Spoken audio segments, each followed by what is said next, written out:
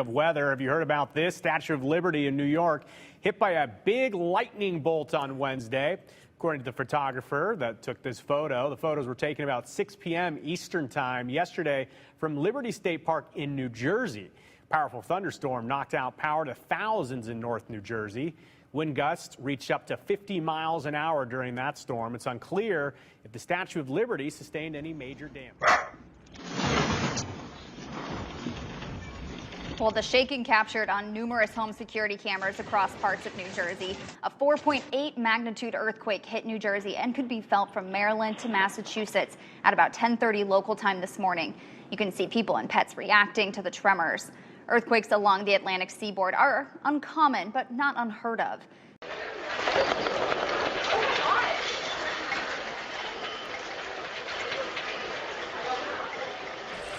What the f is that? What the hell? We're having an earthquake. Holy f. What the f? You feel that? In New York City, residents saying the earthquake left visible signs on the city. I was just laying in bed and suddenly like it pushed me to the side and I thought, oh my God, bricks. We felt the floor shake, and I said, what is that? We're not over the subway. And she said, oh, I wonder if it was a quake. There was no reported damage or service disruptions to the New York City subway system, and no reports of injuries or major damage to any infrastructure. Women stood in line for 3 hours to make use of it. Schools normally form a spine of protection for children, a place where children can seek humanitarian services and normality.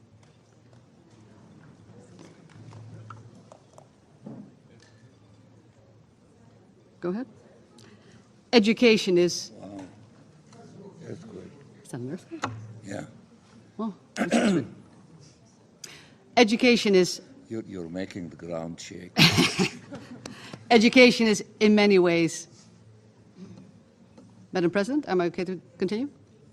Education is in many ways life-saving. Well, now to some breaking news. CBS News has learned that U.S. intelligence believes Iran is preparing a major attack in retaliation for Monday's airstrike by Israel on the Iranian consulate in Damascus.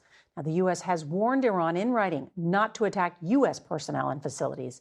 CBS's David Martin is at the Pentagon with these new developments. Iran's supreme leader held funeral prayers for the Revolutionary Guards killed by an Israeli airstrike, as both the U.S. and Israel braced for a retaliatory attack. U.S. officials tell CBS News Iran is making preparations to launch a swarm of drones and missiles timed around the upcoming end of Ramadan. The target is still unknown, but Israel is reinforcing its air defenses. The ways of retaliating can come from anywhere, including Iran, Israel's defense minister said, and we are preparing to face this matter. I think Iran will cast about for a relatively vulnerable target, perhaps an embassy somewhere abroad, something like that, maybe a ship at sea. Retired General and former Mideast Commander Frank McKenzie says Monday's Israeli strike against the Iranian diplomatic compound in the Syrian capital of Damascus was the most significant Israeli attack against Iranians since the war in Gaza began. It's a very precisely directed strike that took out key leadership, and I think it's hurt them quite a bit. 2 senior generals were among the 7 killed in what Iran considered to be an attack on its sovereign territory. Caught the U.S. as much by surprise as it did Iran, even though it was carried out by an American-built F-35 stealth fighter. The U.S. was quick to disavow any connection. We were not notified by the Israelis about their strike or the intended target of their strike in Damascus. Still, Iran has vowed to hold the U.S. as well as Israel accountable, and American troops throughout the Middle East have been put on high alert that they, too, might be attacked in coming days. Nora? David Martin, thank you very much. There is growing concern tonight about the continuing spread of the highly contagious bird flu in the U.S. As William Brangham explains, while federal health officials say the risk to humans is low, the virus has now spread to dairy cattle and sickened one person. William? That's right, Jeff. This strain of bird flu, called H5N1, has been sickening bird flocks across America for a few years now. Millions have been killed to prevent further spread. Yesterday, the country's biggest egg producer halted productions when chickens at one of its facilities got sick. But this virus has also been infecting mammals, most recently dairy cows in 5 different states. This week, a person in Texas tested positive after working with cattle. He's had mild symptoms and is expected to recover. For more on this virus, we are joined again by Jennifer Nuzzo. She runs the Pandemic Center at Brown University's School of Public Health. Jennifer Nuzzo, so good to have you back on the program.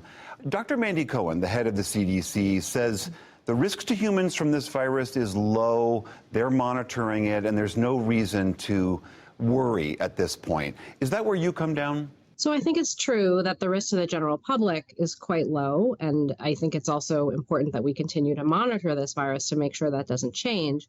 The one thing I do quite worry about is the risk to farm workers, people who would be exposed to the sick animals, because we do know that exposure to sick animals can result in human infection. And we've already seen that now to date. In 2 cases in the United States, the most recent one being in a worker that worked with sick cows. So I do worry about protecting farm workers, but for the general public, the risk of contracting this virus is currently low. Let's talk about that infection. So this was someone who apparently had been working with cattle that had been infected with this bird virus. How should we see that route of infection? Because this does happen every now and then, a widespread infection amongst animals, and it jumps to one human. Yeah, so we've been tracking this virus for 20 years. And in the last 2 years, I would say, it has become a lot more concerning in terms of the number of species that this virus has shown itself capable of infecting. We've, historically called this a bird flu virus because it has predominantly affected wild birds and domesticated birds. But over the last 2 years, we've really seen the species range that has been affected by this virus grow quite a bit to include mammals. So that's quite alarming. This is also the first time we've seen it in cows. Cows haven't frequently been seen to get influenza A, which is the particular type of influenza virus this one is. So that is also, somewhat new and surprising. But we have in the past seen humans that have had direct contact with sick animals get sick. It doesn't happen all that frequently, but when it does happen, it's quite concerning because in many of these cases, that infection has been quite deadly. Fortunately, in the most recent case, the infection has been quite mild. In fact, the symptoms are a little bit different than what we have typically seen in the past. The sick worker had, conjunctivitis and eye inflammation. And so while we're glad to see a mild infection, we don't yet understand why that is.